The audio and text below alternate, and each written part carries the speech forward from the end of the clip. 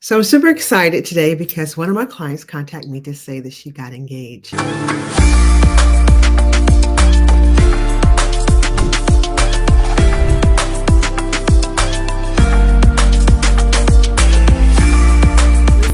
I am Kenesha Berry. I am a mindset coach. What I do is I help my clients create the mindset they need to accomplish their goals and their dreams. And a lot of times, what we think is something else. We think that it's like, the universe is against us, or have bad luck, or, there's no good men out there, or whatever your obstacle is, we think is outside of ourselves. But I want you to know today that you can change your life once you change your mindset. And so today I want to talk about three things I see women doing wrong while they're dating. Listen, I am older. I've been married for 25 years. I can't even remember the last date I went on that didn't include my husband. But one thing I do remember is that when I was dating intentionally. I was intentional about the type of men that I spent my time with. And I was very aware of who they were because I was aware of who I was. So let's get into it. Let's get into it. One of the things I see women doing wrong when they are dating is they are so focused on trying to make him like her. I don't get it. I don't get when, as a woman, as a feminine being, we lost our worth. When do we start hustling for our worth? I've heard horror stories about how hard it is to date out here nowadays. I get it. I see it sometimes. I'm blown away at the things that men will say to women, but I'm more blown away at the things that women will respond to. So here's the saying, Dr. Phil says this, that we teach people how to treat us. And so, ladies, as you're dating, as you're out there, trying to find maybe the one, first and foremost, I want you to change your perspective. Know that you are the one. So find you, get clear about who you are, get clear about your values. It will change everything. Make sure that you're clear about your vision. What is it that you want to truly accomplish in life so that when you meet this person, you can make sure he aligns with the vision, that one, he has his own vision and that he can stand clearly and boldly in yours. So when I started, I said, one of the things that women do that really breaks my heart is when they first meet a guy, they're dating, they get all dolled up and they get pretty and they go out with this man and they are trying to make sure that he likes her. So maybe you've met a guy, you find him attractive. And so now that you guys are going on this date, you're so intent on making him like you. So you're trying to do things a certain way. You're trying to, present a certain way. You want to make sure your lashes and your hair are done so that he can find you even more attractive. Because in your mind, you created this story that if he finds me attractive enough, if he likes me enough, he could be the one. You're dating all wrong if that is your idea, particularly on the first few dates. You should be dating thinking, do I like him? That is your goal. That is your job on that first date. I want you to start going into those dates thinking and listening. Do I like this guy? And being able to articulate to yourself and to a friend what you like about him. And here's a great indicator, and I hear this all the time. In the moment I hear a woman tell me what she likes about a man is about the way he makes her feel, I already know this relationship isn't going to work. I'm sorry. I already know this relationship isn't going to work. And here's why. Because anyone can trigger an emotion in you to make you feel happy or seen. In fact, because you have these emotional needs of safety and validation and the need to feel significant, you're going to draw to yourself a man who can see that part of you. And he will make you feel important and significant in a moment. And so now you are building your whole ideal of him, your whole ideal of this connection based on how he's made you feel. This is the wrong move to make. You, on that first date, the first few dates, here's what I want you to do. I want you to start thinking about, do I like him? But before you enter into the date, I want you to start thinking, what do I want to see in a good man? Like what does that look like for you? And it should not be materialistic thing. Listen, we're at that age where, of course, we want him to have his own income. We want him to have good credit. Those are bonuses, and we're going to make sure of that. But we need them. We need to enter into the courtship, the getting to know someone, with the idea of, do I even like his character? First and foremost, what is his character? So on those first few dates, I want you to watch him to see, do you like him? Not how he makes you feel, not how fine he is, not what kind of car he drives, not, oh, he seemed like he has it going on, but watch his character. And here's how you're going to see that. You're not going to pay so much attention to how he's treating you. I want you to pay attention to how he's treating others. How's he talking to the waitress? Does he hold the door for the woman that's coming behind you or the gentleman that's coming behind you? How's his energy? How's he interacting with the other people in the room? If you guys are going to a nice restaurant, how does he talk to the people in the restaurant? Is he quickly angered? Is he, does he overreact to something that is small? These are the indicators you're looking for. This is how you begin to recognize, do I really like this guy? Because here's what I always, I'm sorry, I laugh because I see this so much and it's just terrifying to me. We miss red flags because we will see a man talk ugly about another woman and you think, well, that's his baby mama or that's his ex, or some men even talk horrible about their moms, and you're so engulfed in the conversation, you're so entertained by maybe he's handsome, or you want this so much that you're not missing that this man has the ability to say really harsh and ugly things about a woman. And this is why you have to go into these dates thinking, let me see, do I like him? Do I like his character? Because, sweetheart, at some point, if this relationship lasts even for a short time, even for 3 months, 6 months, or a year, you will be the other woman. You will be the woman that at some point will receive that kind of way of thinking and acting placed on you. Men and people, we don't act really a certain way with some people and treat another person another way. The core of who we are shows up in everything we do. There's a saying that says, the way we do one thing is the way we do everything. So a lot of you all are missing the red flags because you're thinking, oh, he treated her like that because she wasn't a good woman or she did him wrong. No, he treated her like that because it was in him. It was he was capable of mistreating someone like that. So pay attention to the way he is treating other people, the way he talks about women, the way he talks about relationships, the language he used. Another thing I think a lot of times women miss is the language. The Bible talks about how our words have power. If this man used harsh language, and maybe you're the woman who's accustomed to it, you're comfortable with, curse words and harsh language around you. But here's my question to you. Is this how you visualize your life?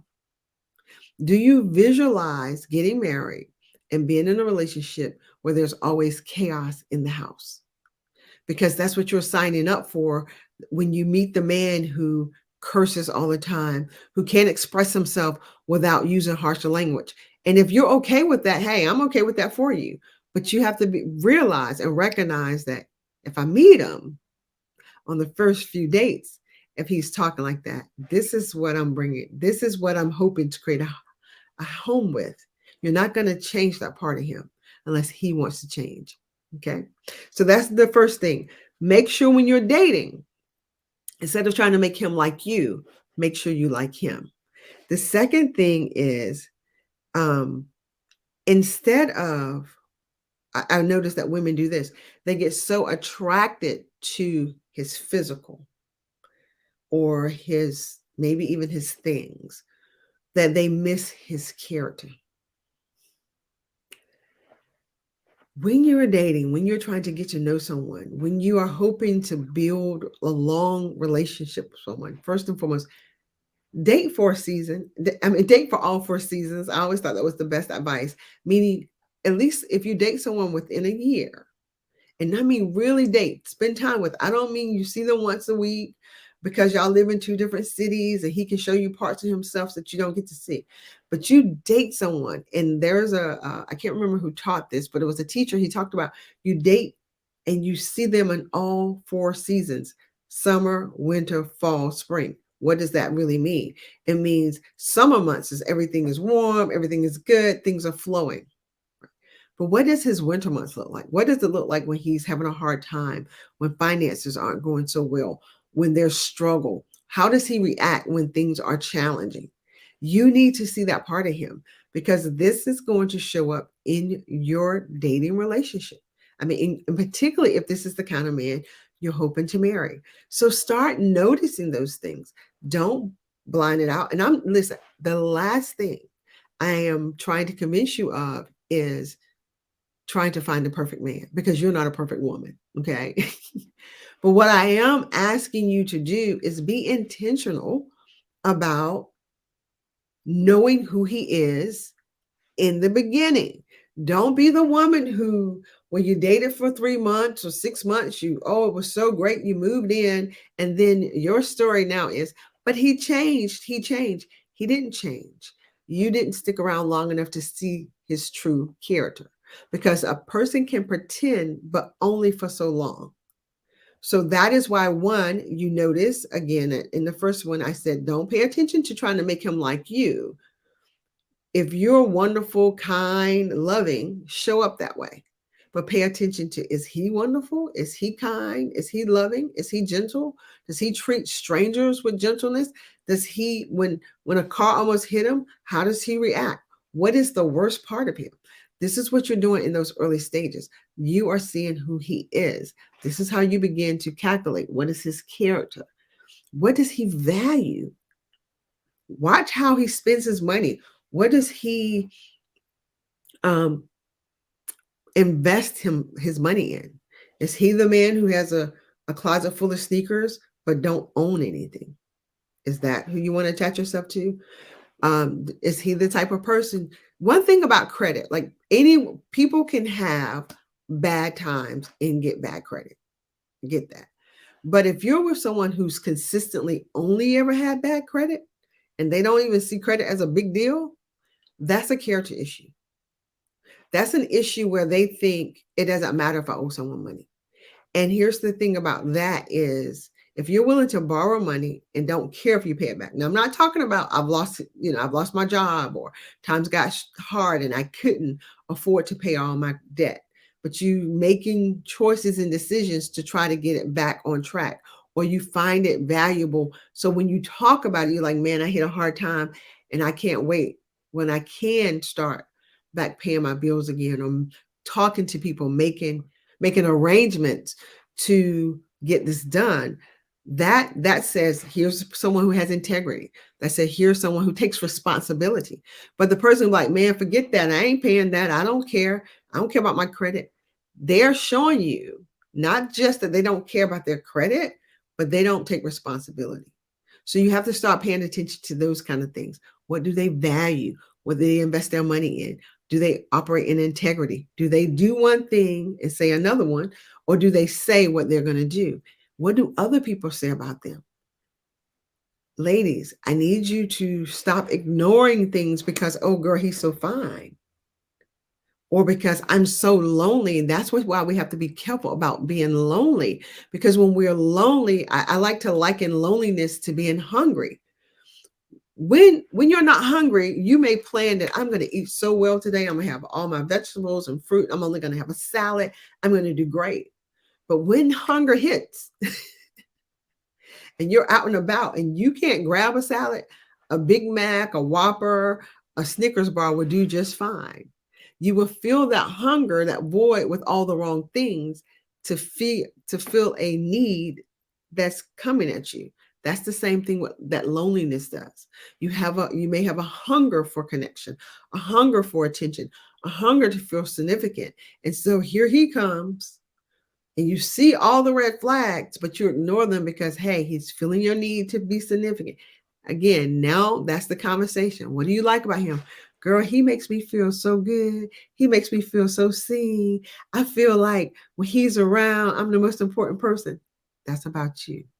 You're not tuning into his character. You're not tuning into his values.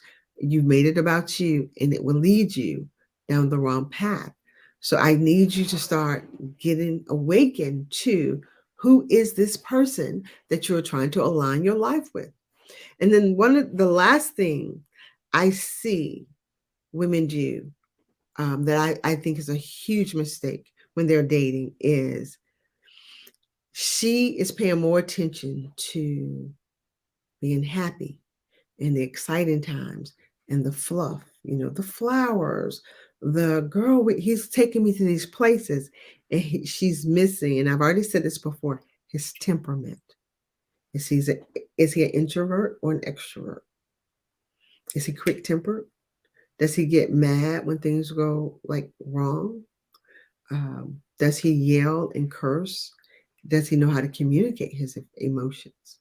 And sadly, we live in a society where we don't even really teach our young boys how to do that. And we even shut them down from doing it because we say things like, you shouldn't cry. And don't nobody care how you feel. So we begin to train our young boys early not to communicate their thoughts about their emotions. And so then we get these adult men who can't do that. And now you're upset. But here's the thing. As a woman, if you've done your emotional work, if you've learned language to communicate better, what you're feeling, what you're thinking, then when you're in relationship with a man who you realize he has a wonderful character, he's kind, he's loving, but he has a really hard time expressing how he feels. When you do the work, you can help him by one, showing up in your greatness, showing up in your kindness, showing up in your patience, and help him expound his emotional vocabulary if he will allow it. You have to be able to ask him. You don't want to belittle this man. You don't want to make him feel like he's less than a man because you don't know how to handle your own emotions. So you're attacking him. Why you can't tell me how you feel? This don't make sense. Every time something happens, I can't get you to explain it to me. What's going on with you? He may not have the language.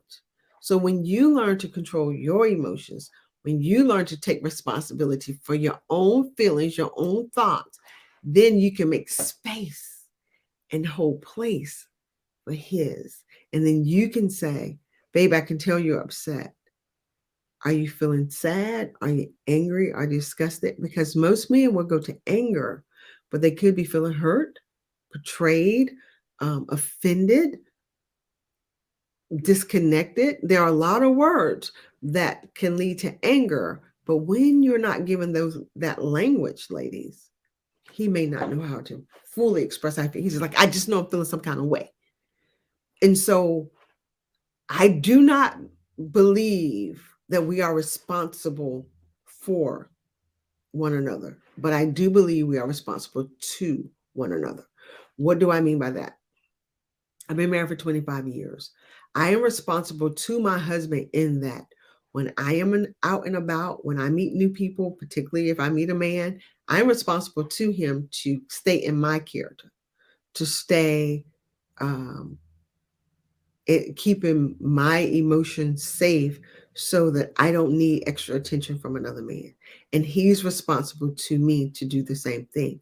I'm not responsible for him, meaning if my husband is out and about and he's feeling insecure and a woman validates him and all that, and he falls into that, it's not my fault. It's, well, if you was doing more at home, then I wouldn't have did that. No, no, no, no. You're responsible for your emotions. You're responsible for communicating what you think and what you feel and what you need. I get the option to choose and decide whether I can do that for you. But that's what two adults do. We talk about it. How can I help you with that need? How can I feel that for you? And if I can't, what are other ways you can get this need met without it being about you connecting with someone else, having sex outside of this marriage? That is what I mean when I say responsible to each other, not for each other. My husband cannot make me cheat on him, and I cannot make him cheat on me.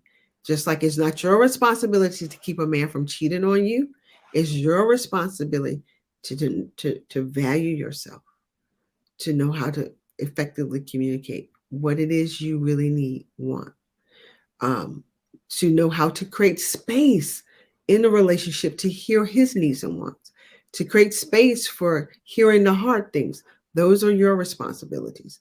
And then his responsibility is to do the same thing for himself. He has to learn to communicate what he thinks, needs, and wants.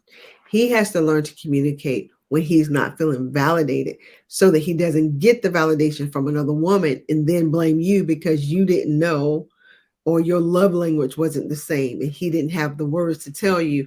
What I really needed was encouragement, words of affirmation. You're over here rubbing my back to make me feel better, but she's over here in my ear telling me how great I am. And so that was the thing. Those are places where we have to be responsible to learn how to communicate that. So, ladies, I hope this has been helpful. The three things, a quick recap. One, when you first start dating, do not date trying to make him like you. Date trying to find out, do you like him? Two, pay attention not just to his how attractive you are to him, but what is his character, what are his values. And then lastly, make sure you don't get lost in the excitement of the dating and all the happiness so that you miss his temperament, his personality, his language. Because I tell you, listening to the way any person talks, if they use a lot of vulgar language, if they say negative things about people, you have to begin to ask yourself, if I'm in relationship with this person for a long time, would I want that said about me? Because they'll be capable of using that same language on you. So I hope this helps. Thank you for taking time to watch. Please, if you're watching this and you're thinking, I don't even have a clue where to start, I don't even know how to effectively communicate what I want, my relationships keep falling apart, I keep attracting the wrong men. What is it? It's not them, sweetie. It is you. Not from oh my God, you're the worst person in the world. It's just that you haven't figured out who you are. You haven't learned how to communicate with yourself. What is it you truly need? What is it you truly value? How does not having it show up in your life? And why are you allowing things to fill your loneliness instead of filling your cup? That's the work I can help you do. So if you're ready to live at that level, if you're sick and tired of being sick and tired, if you're ready to be the woman on the other end of the conversation and call me and say, hey, Kenesha, guess what? I just got engaged or I just met the one and he is quality. If you're ready for that, reach out to me. I would love to talk with you about a discovery call and see if my coaching program can help you get there. Talk to you soon. Bye-bye. If you are a professional woman in leadership, or you run your own business, I have designed the perfect retreat for you, and I don't want you to miss it. It's called the Be You Awaken Retreat. Imagine getting away with a room full of women who are like-minded, who are professionals, who know how to grind, but have perhaps put themselves last. If you're that woman, I want you to come to this retreat. I'm going to make sure that you're pampered. We're going to have a chef to make sure every meal is prepared. We're going to teach you mindset concepts of knowing how to get so in touch with the real you, the you was created to be, not this boss that you have to be, but to get you reconnected to the feminine, beautiful woman that you are. We're going to nurture you. We're going to make sure that you get a massage while you're there, that you are surrounded in a beautiful environment. And I'm even going to make sure you have a photo shoot. So if this sounds like the kind of retreat that you've been looking for, where you can go get empowered, learn how to use your emotions as indicators, take control of your thoughts so that you can get over things like imposter syndrome in your business or on your job. I want you at this retreat. Imagine 3 nights, 4 days away in a luxury, beautiful mansion with women where you can let it all go, learn while you're there, do some really cool shopping, and have an experience of a lifetime. Connect with me. Go to my website, verythoughtfullife.com, and make sure you book your room because space is limited.